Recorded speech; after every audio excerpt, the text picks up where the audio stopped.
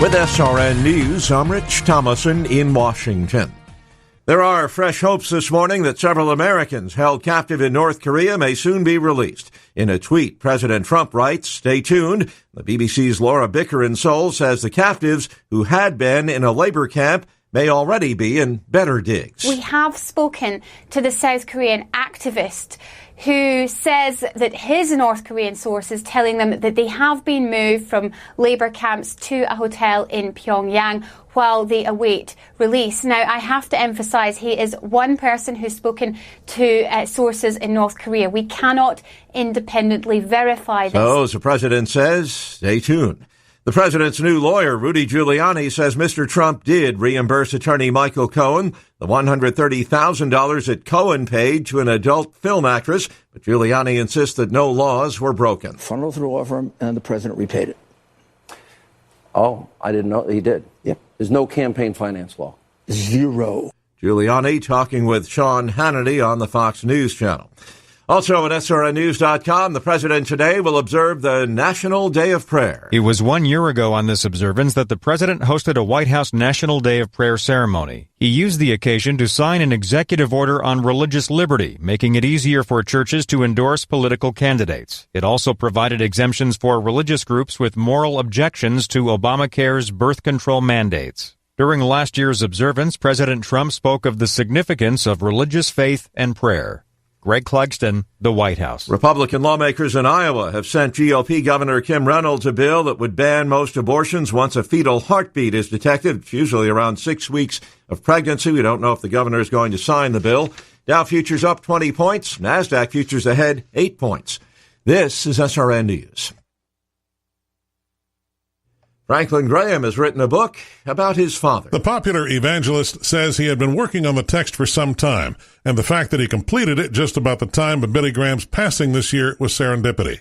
Franklin says, "Through My Father's Eyes" is designed to highlight the wisdom he received from his dad over the decades, adding that his father was still learning things about God right up to the time of his death.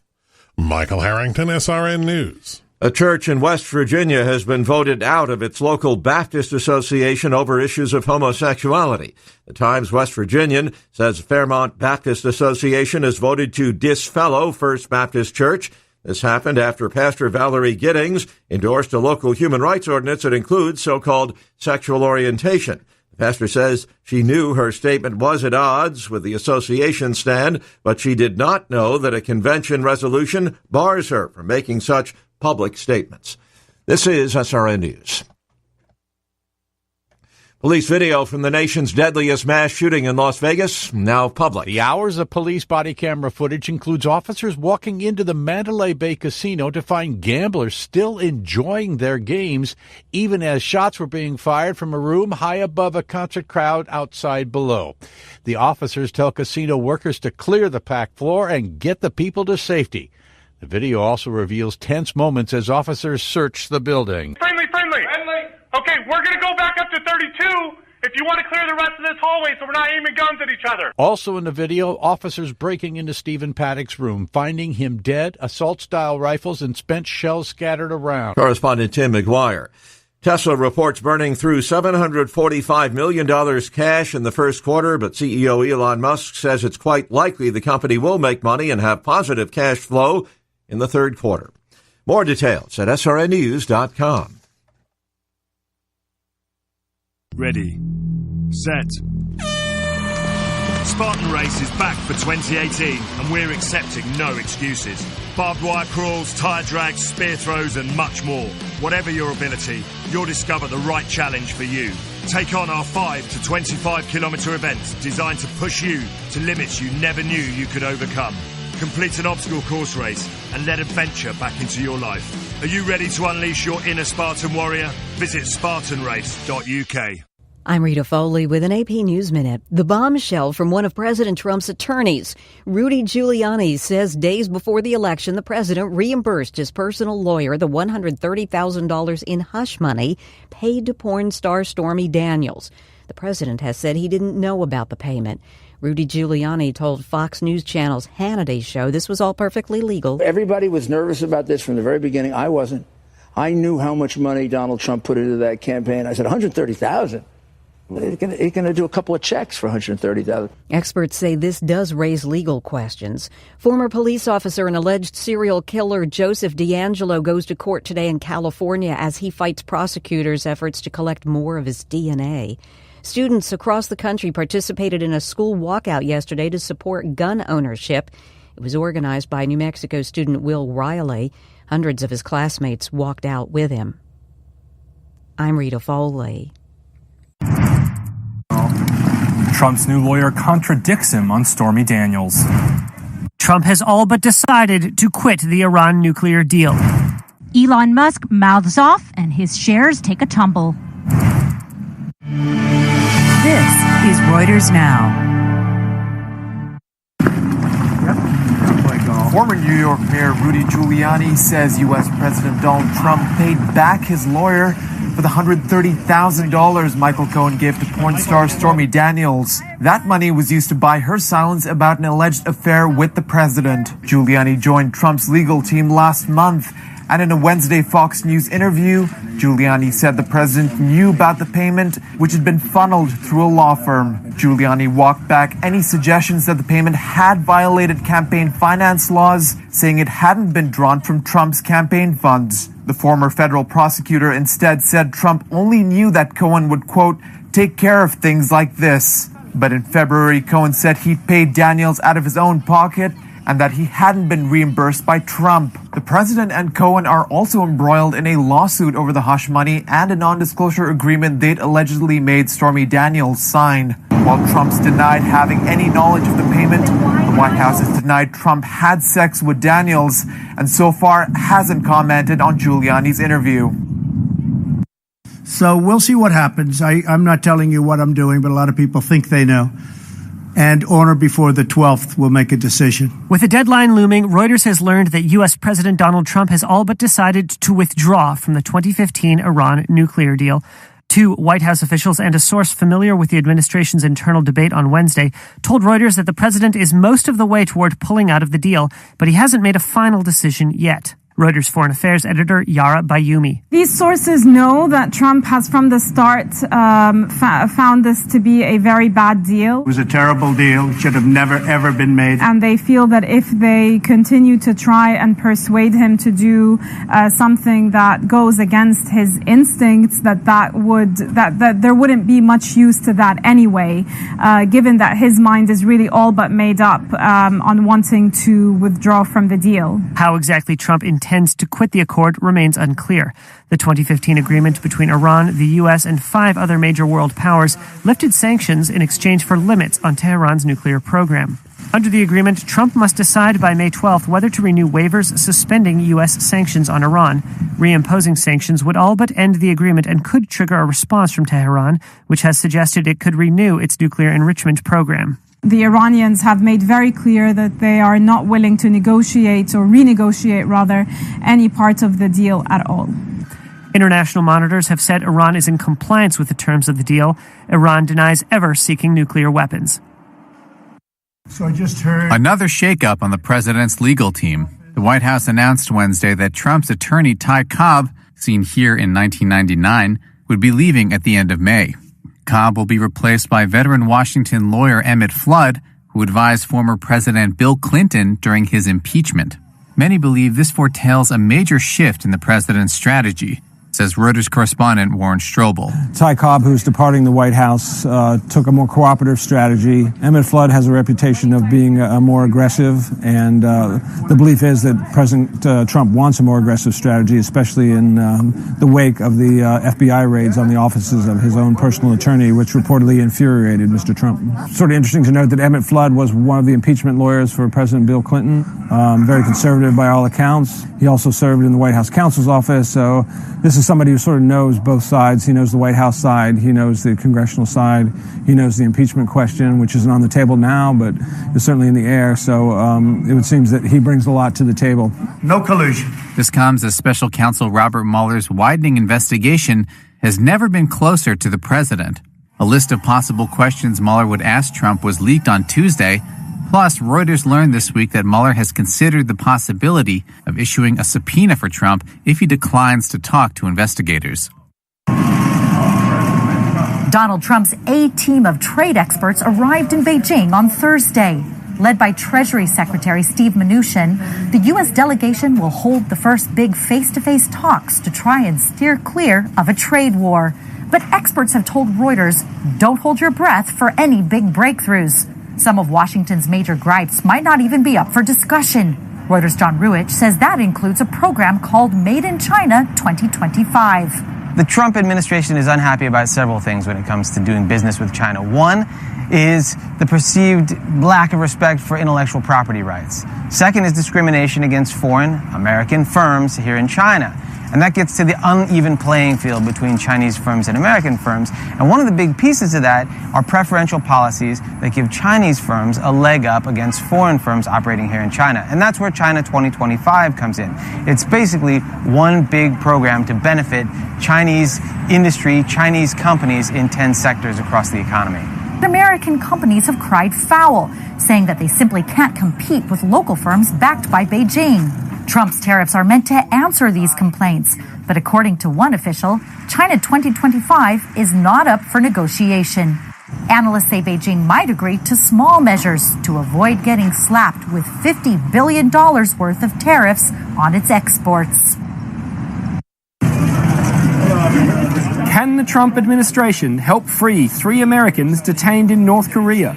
The US government is looking into reports that the North Korean 3 have been relocated from a labor camp to a hotel near Pyongyang. That's according to a Reuters source. President Trump tweeted late on Wednesday, the past administration has long been asking for 3 hostages to be released from a North Korean labor camp, but to no avail. Stay tuned. Earlier on Wednesday, South Korean media cited an activist saying North Korea had moved the trio, but a State Department spokesperson said they couldn't confirm the reports. Trump administration officials have been pushing for the detainees' release as a goodwill gesture ahead of planned talks between the US and North Korea, slated to take place in the coming weeks. Kim Hak-song and Tony Kim were detained about a year ago as tensions over North Korean missile and nuclear tests were reaching their peak.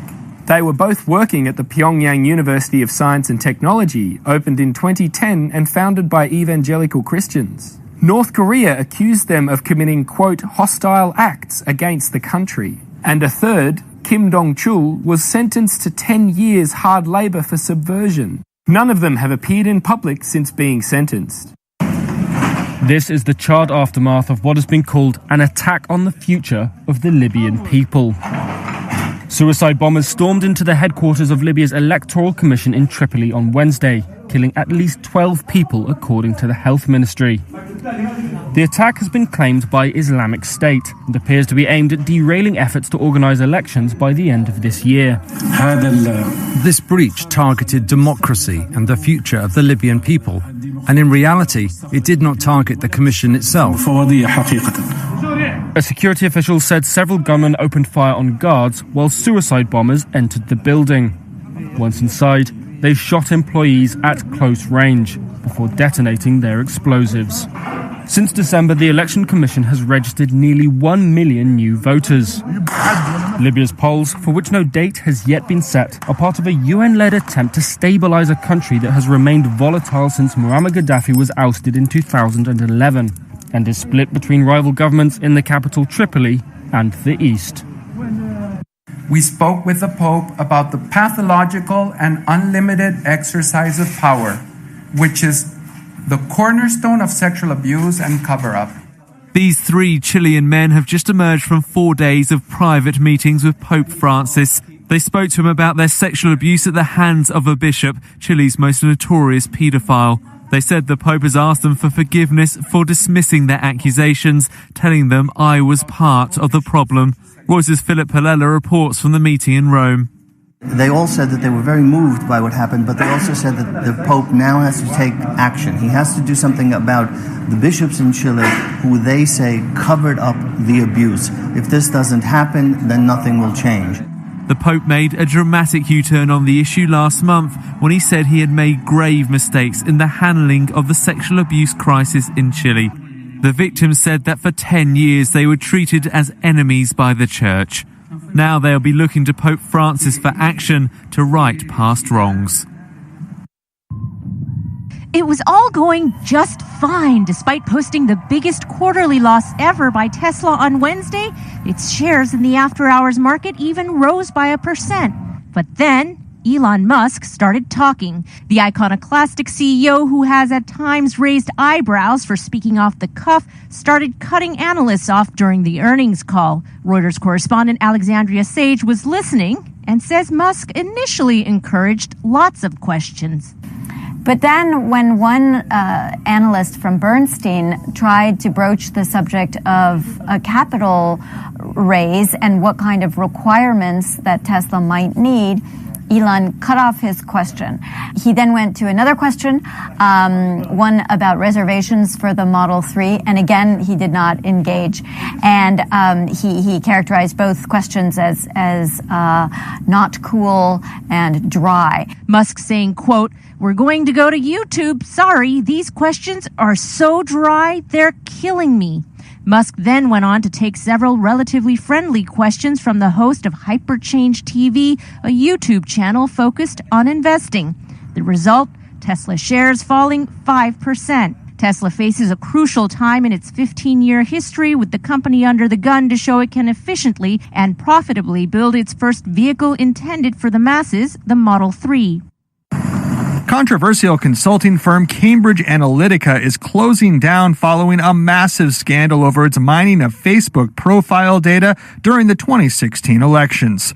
The company said both Cambridge Analytica and its parent SCL Elections will cease all operations immediately, with bankruptcy proceedings to begin soon. The company became the center of a global firestorm in recent months after it was revealed Cambridge had improperly accessed the data of 87 million Facebook users while working for President Donald Trump's 2016 campaign. John Whitesides is on the story. Well, Cambridge Analytica has come up in discussions of what Russia might or might not have done to help the Trump campaign in 2016, given that they were working with the Trump campaign.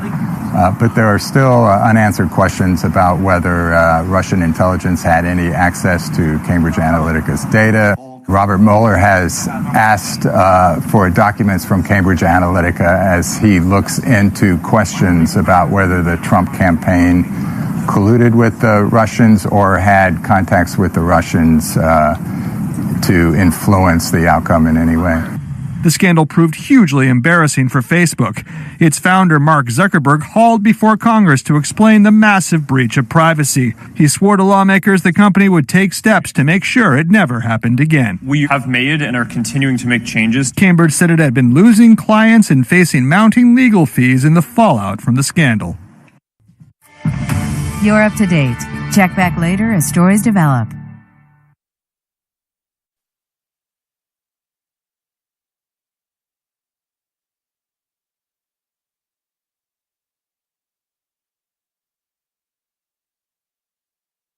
In Vancouver, gas prices.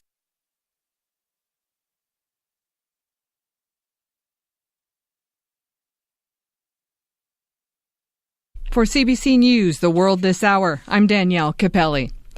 The city of St. John's has set a new record for the highest flood level.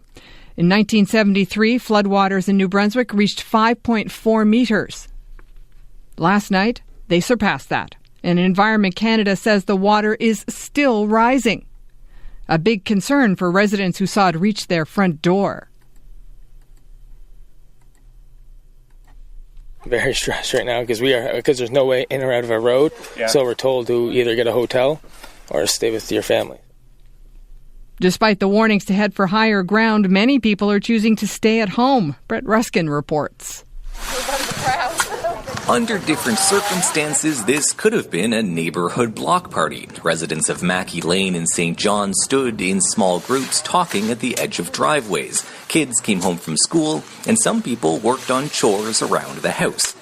Except in this case, those chores included stacking sandbags, and all the while, the water rose. This, neighbors say, is what it was like during the last big flood, and it's only going to get worse. Officials forecast another meter of water could be on the way, which could cut off this community entirely from the rest of the city. 1,900 people are facing a voluntary evacuation notice, being told to get out while they still can. Brett Ruskin, CBC News, St. John.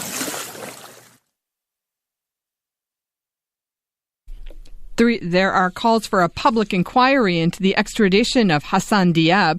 The Ottawa professor spent 3 years in a French prison without ever being charged.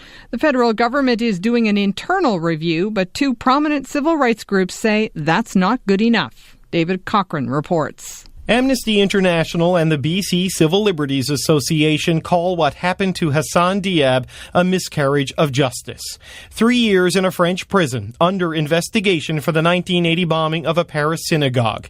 He was never charged due to lack of evidence, and it was clear before Diab was ever sent to France the case was weak. This week, CBC News reported the details of a confidential memo that revealed the efforts Canada made in 2009 to ensure Diab was extradited. When Diab was finally returned to Canada in January, the Justice Department launched an internal review.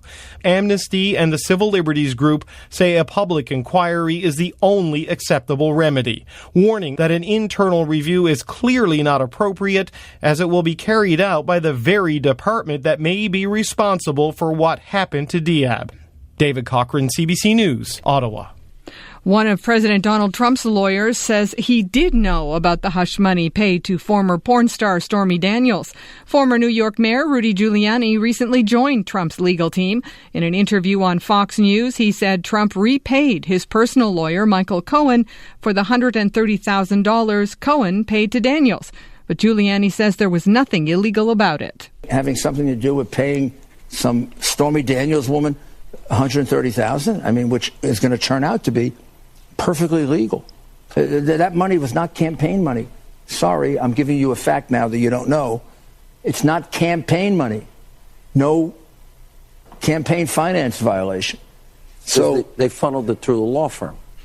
Funneled through the law firm, and the president repaid it. If the money came from the Trump campaign and was not disclosed, that would be illegal. A powerful storm in northern and western India has killed more than 70 people. Winds reaching up to 130 kilometers an hour knocked down trees and destroyed homes. The damage is particularly severe in the northern city of Agra, home to the Taj Mahal. And that's the world this hour.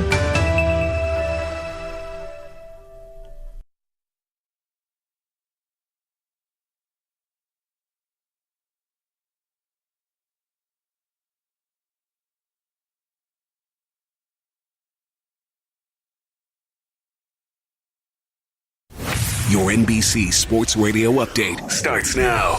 I'm John Stashower. A couple of afternoon games in the American League, and the same thing happened in both. The next pitch hammered, deep left, there she goes! The third three-homer game in the career of Edwin Encarnacion. And Mookie swings and he hammers it. Deep center field. Way back. It's gone. Third home run of the game for Mookie Betts. He's pulled off the hat trick again. This kid is unbelievable. So we heard Tom Hamilton, Indians radio, Encarnacion, 3 homers. The Indians beat the Rangers 12-4. And then Red Sox radio, the Mookie Betts 3-home run game. 4th of his career. He's only 25 years old. Boston 5-4 over Kansas City. In Seattle last night, the Mariners' James Paxton worked 7 scoreless innings, got 21 outs, 16 by strikeout, most by a Mariner since Randy Johnson in 1997. But then the bullpen blew the game. Oakland won 3-2. Houston Rockets coach Mike D'Antoni says the ease with which his team won Game 1 put them to sleep for Game 2. Utah went into Houston and won 116-108. Joe Ingles, 27 points, hit 7 threes. The series is tied at 1. On the ice, Tampa Bay a 4-1 win at Boston. Lightning up 2-1 there. San Jose a 4-0 shutout of Las Vegas. That series is tied at 2. The NHL has suspended Washington's Tom Wilson for 3 games for breaking the jaw of Pittsburgh's Zach Aston Reese. Back to the NBA, Utah assistant Igor Kokoskov named the new head coach of the Phoenix Suns, where he was once an assistant. He's from Serbia. He's the first foreign-born NBA coach. And Yahoo reports that David Fizdale, the former Memphis coach, has emerged as the favorite to be the new head coach of the Knicks. This is NBC Sports Radio.